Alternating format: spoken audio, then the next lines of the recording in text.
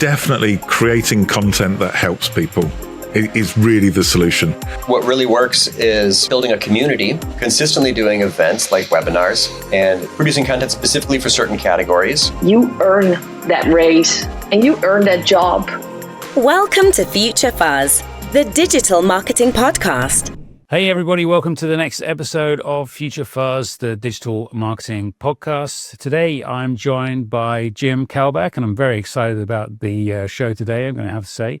Jim is an author, speaker, and one of the leading voices in the world of strategy and innovation.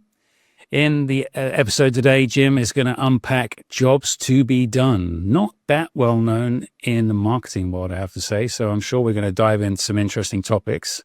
So Jim has authored a book on jobs to be done and talks about how we're using it not just as a customer experience tool, but also as a strategic lens for business teams and marketers to better align their efforts in what truly drives value. So Jim, thank you very much for joining the show today. It's great to have you on. Oh, well, it's great to be here, Justin. Thanks for having me. So Jim, please tell the listeners who some of them will not have heard of jobs to be done theory before. Maybe you could just encapsulate it in a couple of sentences, what it's all about. Yeah. Interestingly enough, jobs to be done was invented or discovered by the business community, business leaders, as a way to understand market needs, right? Not for anything specific like product design or marketing or strategy. It was just, we have a business, our business better know what our market needs, right? And this term, jobs to be done, really says that the unit of focus, the thing that you should focus on the most is what the customer is trying to accomplish, what they're trying to get done in their daily lives or at work, and focus on that. And that's what we call the job to be done. Great. So can we give a particular example about that? I made it use myself as an example. So I want to do more outbound marketing, and then there's a reason for that. You've used before this great analogy of drilling a hole in a wall, right? Right. So yeah, what's a job to be done for someone? Yeah, I mean, we have jobs to be done in our daily lives and at work all the time, right? The famous example comes from Theodore Levitt, who was a Harvard business professor back in the 60s and 70s. Who a lot of practitioners point to as kind of the inspiration for jobs to be done. And he said, people don't want a drill, they want a hole in the wall. And what he was reminding his MBA students is that if you're a drill manufacturer, you're thinking about drills and supply chain and price and brand, and you go to market motion and the user experience of your drill, right? And that's not a bad thing. Any business has to think about its offering. But what he's saying is let's just stop a moment and let's remove ourselves from the equation completely.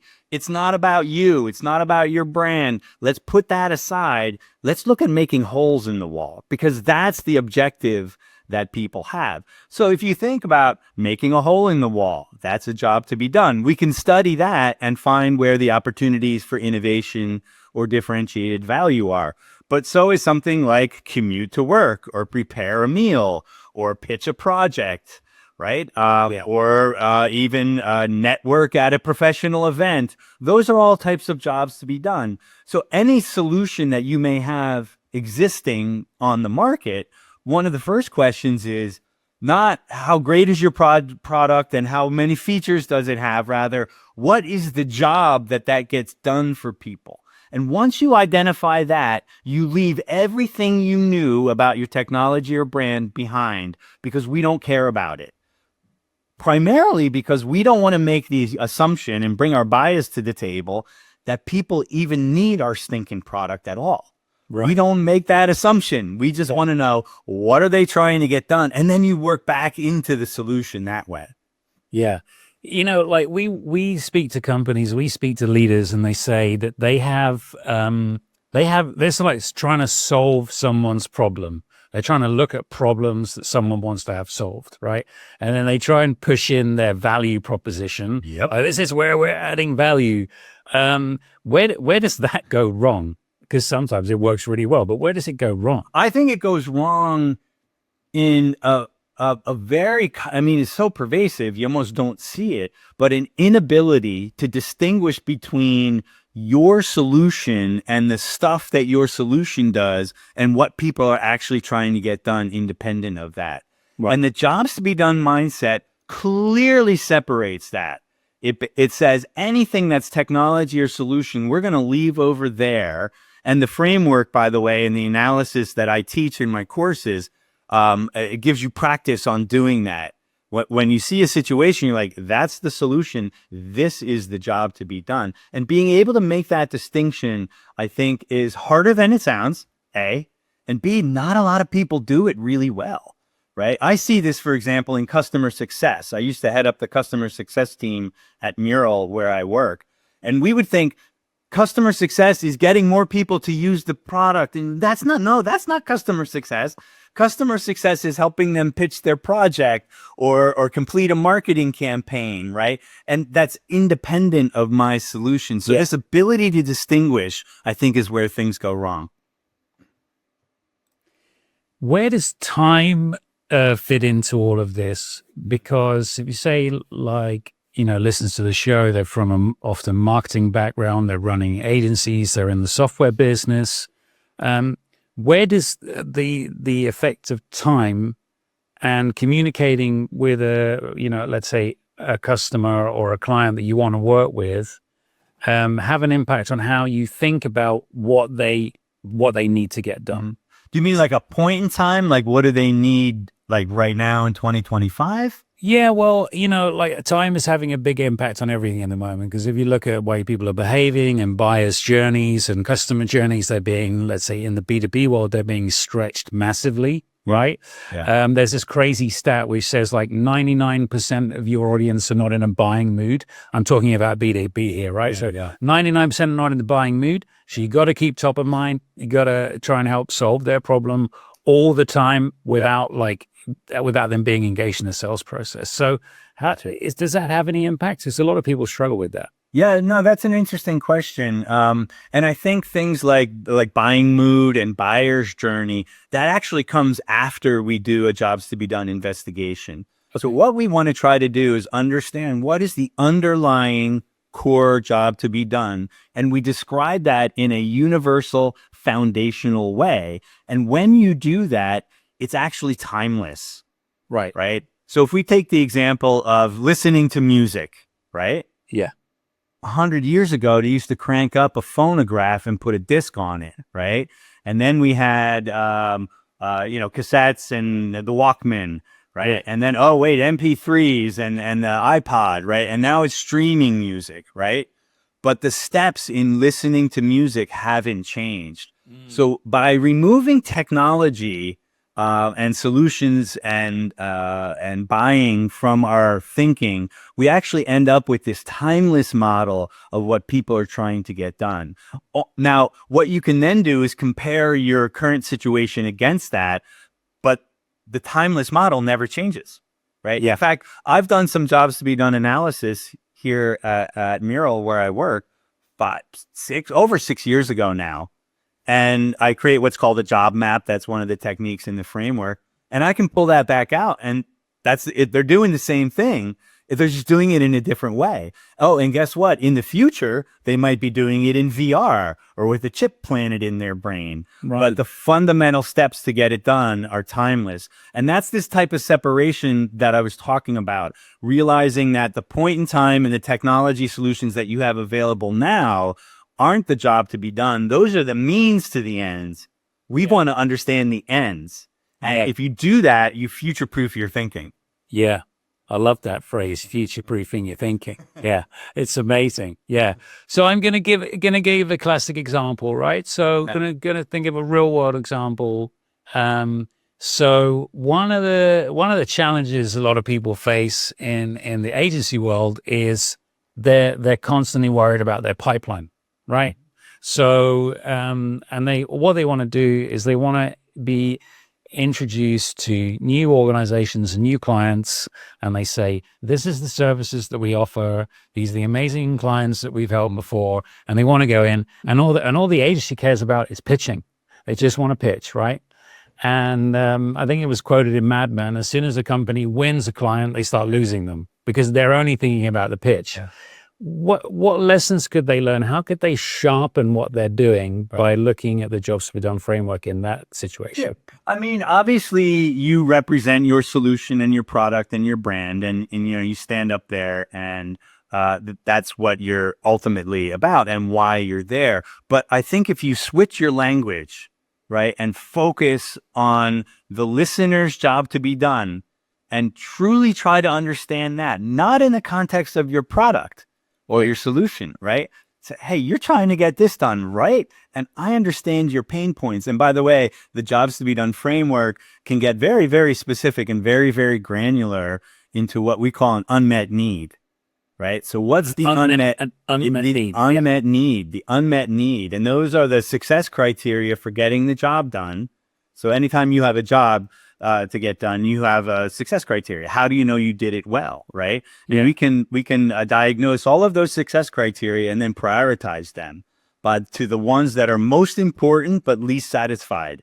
So we want to find in the marketplace the success criteria for getting a job done that are important but unsatisfied, right? And if you know those before you go into talking to a client and you say, your problem is X, whatever that unmet need is, they're going to go, yeah, how'd you know? Yeah, now you're talking my language, right? And you don't even have to pitch your product. You don't even have to talk about how many AI features you have or whatever the price sheet program is. They're going to go, wow, this guy got my job done, right? And that's branding, that's marketing, that's product market fit, that's resonating with your customers. Yeah, I love that. The unmet need. Yeah. And you can break it down to something as simple as, like, you want to get from A to B.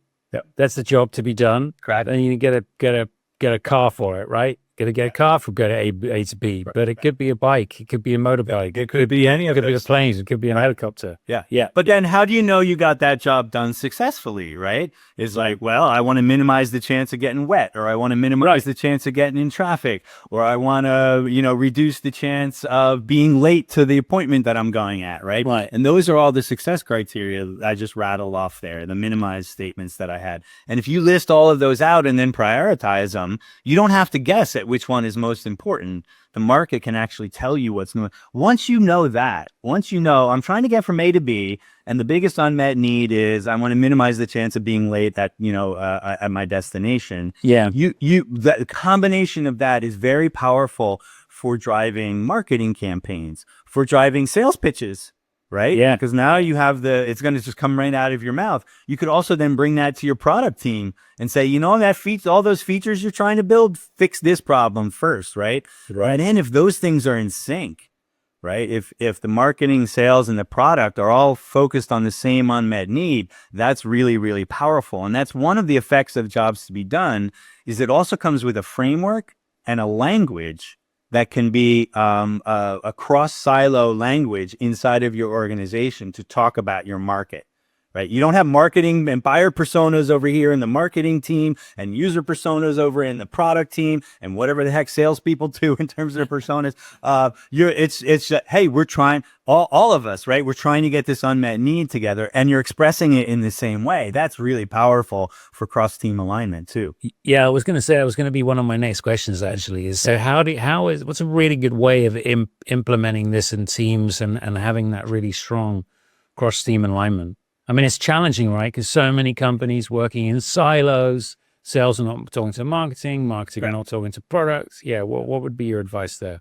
Yeah, I mean, we have worked with companies where we've gone in and done some initial training and then roll out jobs to be done as a common language. And I think there are going to be some people who are experts and they're going to be doing the analysis, but I think it's really gaining an awareness and a sensibility across the organization so that at a minimum, people understand the principles of jobs to be done, separating the job from the solution, right? That's one. Understanding the definition of an unmet need and how that appears. How do we express that? And the jobs to be done framework gives you that language. Right. It's very structured in advance. So you're not just making it up from research study to research study. It's always going to come out in the same format, and getting people, a critical mass of people, at least aware of those concepts and the language, Then if you have folks in the middle who can actually drive the framework, they can be just spitting this thing out to all those different silos, and it's going to be in a common format. Yeah. And I think, and that seems to me like if you get a common format and you get a playbook that you can tailor to your organization, you're going to have a lot better success with it, right? You have to, probably have to keep revisiting it because they'll start developing features or making material that are totally irrelevant and no one cares about. Exactly.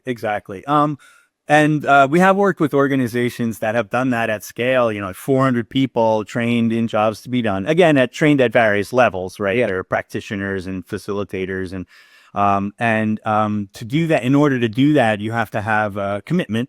Yeah. And things like enablement teams and activation teams, the people that go on around and are able to kind of cultivate that language and grow that language within the company, because it is very much like a language. It takes practice. Yeah. It's not something you can read and then go, oh, now I can do this. You actually have to like practice it as if you were trying to learn Spanish as a foreign language or something like that. You'd have flashcards and you wouldn't be able to read a Spanish book and then put it down and go and speak, right? Yeah. You got to go and actually practice it. So it's a muscle that has to be built in an organization, and it's might take a longer period of time. But I think the cool thing about jobs to be done is it doesn't replace what you're currently doing. It actually complements it really well. Right. So you don't have to give up your marketing methods or your design methods for product or your sales pitch methods or whatever that is. And you can be growing this muscle in the background and just using it in part as you're doing your normal methods and techniques. But then I think over time, you start to build this muscle of being, I say, truly human-centric as an organization. And that's ultimately what it's really about. Amazing. I mean, this definitely feels as though it sharpens the knife, right? Future Fuzz is sponsored by SalesSource, B2B pipeline management and sales growth for your business. Let's talk about your journey, Jim. Yeah. So you've published a number of books, I believe. If I'm not mistaken, you published 3 in total. Is that right? 5. Yeah. 5, even more than I'm gonna fire my researcher. But it's not easy to find time to write books, and it's a long process. But tell us about your journey and why you've published, why you write, what lessons have you learned, what would be your advice to those who are looking to do that? Yeah, it's interesting. The thing about writing a book is you have to sit down and write. Which I don't necessarily enjoy doing. I enjoy publishing books, but I don't necessarily enjoy writing the book. So it just takes a lot of commitment and discipline. I find that I write better in the morning. If I'm in the middle of a book project, I basically just get up at 6 and literally roll right on my computer without turning on any email or even having coffee, and I just write for a couple hours. Okay, you got to be willing to do that for a good year. Oh, really? Oh, yeah. And then weekends and stuff like that. Yeah. So you do like 2 hours a day, and you would do that, let's say, 5 days a week? Most, 4 or 5 days a week. Yeah. And then let's say it's like 48 weeks in a year if you take out all the holidays. So you do like 570 hours of writing a year. Would that sound about right? Wow, that was quick math. Impressive. I did it on the laptop. Yeah, on the laptop. Yeah, I mean but there's vacations, and then there's you have periods of like more productive periods, and then you might be like, oh, I procrastinated. But you're in that mode, for a good chunk of the year, right? And then did you feel like your latest book was better than your first book, or do you feel as though it's a bit more of a roller coaster? That's a really good question. The book that I wrote before the Jobs to be Done playbook was Mapping Experiences, all about journey mapping. And I did the second edition of that in 2020. When the Jobs to be Done playbook came out. And I feel like the second edition of Mapping Experiences is quite good, actually. Great. Because obviously the second time you do it, right, you're going to pick up on all the things that were not so perfect. Let's put it that way with the first edition. And I feel that the Jobs to be Done playbook came out really well, but as soon as it hits the market, you're like, oh, I should have done this, I should have done that. And then in the past 5 years, I've collected a bag of I should haves. Right.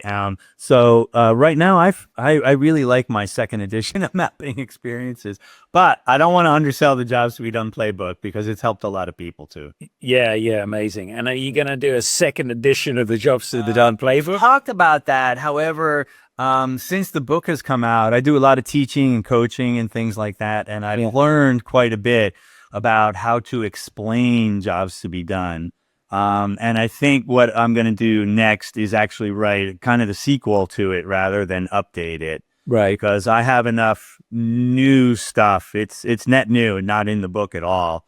Not just dusting off what was in the first edition, but it's new. And there's enough of that. It's like, nah, this is a separate book. So I think I'm heading towards another book on Jobs to Be Done. Love it. Yeah. Did you then go out and ever think to speak to other researchers and other like peers in the industry to just ask them what they think, and then you take that research and for your own publication? Yeah. I mean, because some things you're writing about, like I think you mentioned in another interview which I listened to and I really enjoyed, is the Peter Drucker using Jobs to Be Done, or there's some link there, right? Yeah. You've got the academic side of it. You can quote academics, but that's historical and it's quite academic driven. Do you then speak to industry peers to get their opinions and insights and then start writing about it? Yeah, no, absolutely.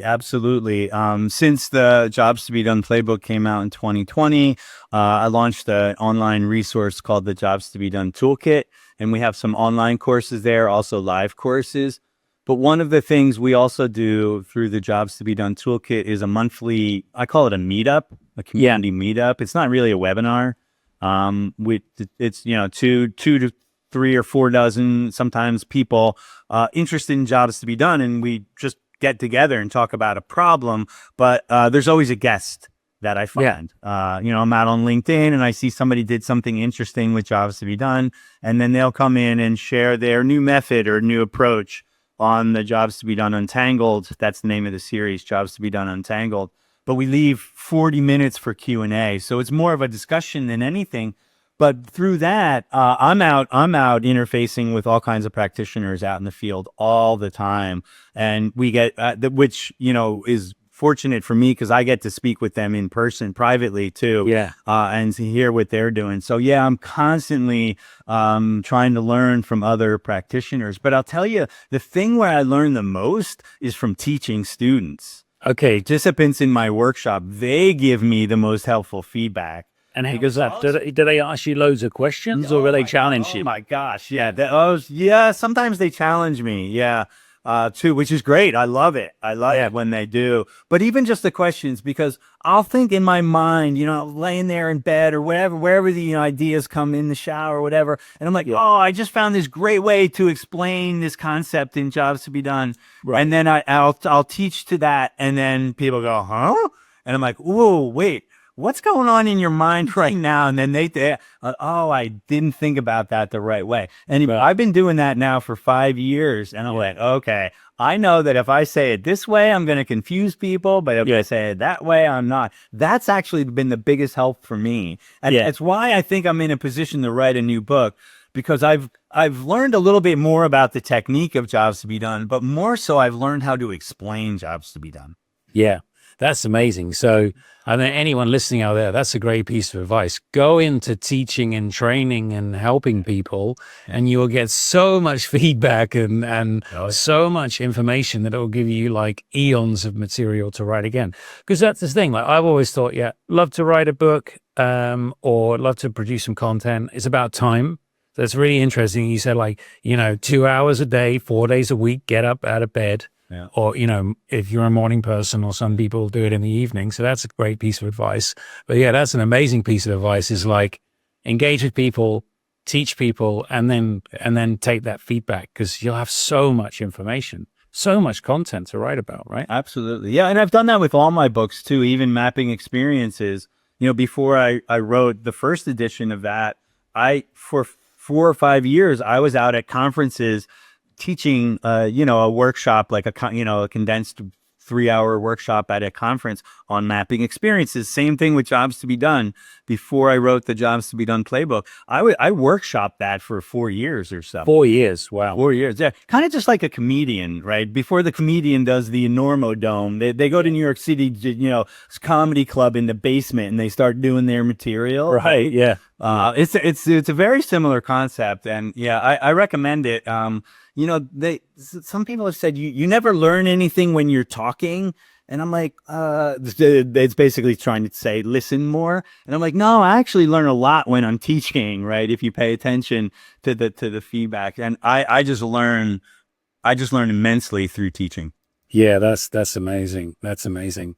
So Jim, where can people find the book? I mean, you published 5 in total, so I guess just go Amazon Jim Kalbach with a K to find your work. And where else can others engage? I think 2 places. One, LinkedIn. That's the easiest thing. Just reach out and say hi on LinkedIn. I love to connect with people out there, and I. Yeah, we talk about productive and procrastination. Sometimes I'm very active publishing posts on LinkedIn, and other times I'm not. But I do share my latest thoughts on LinkedIn as well too. If you just want to follow me, but I love to connect on LinkedIn.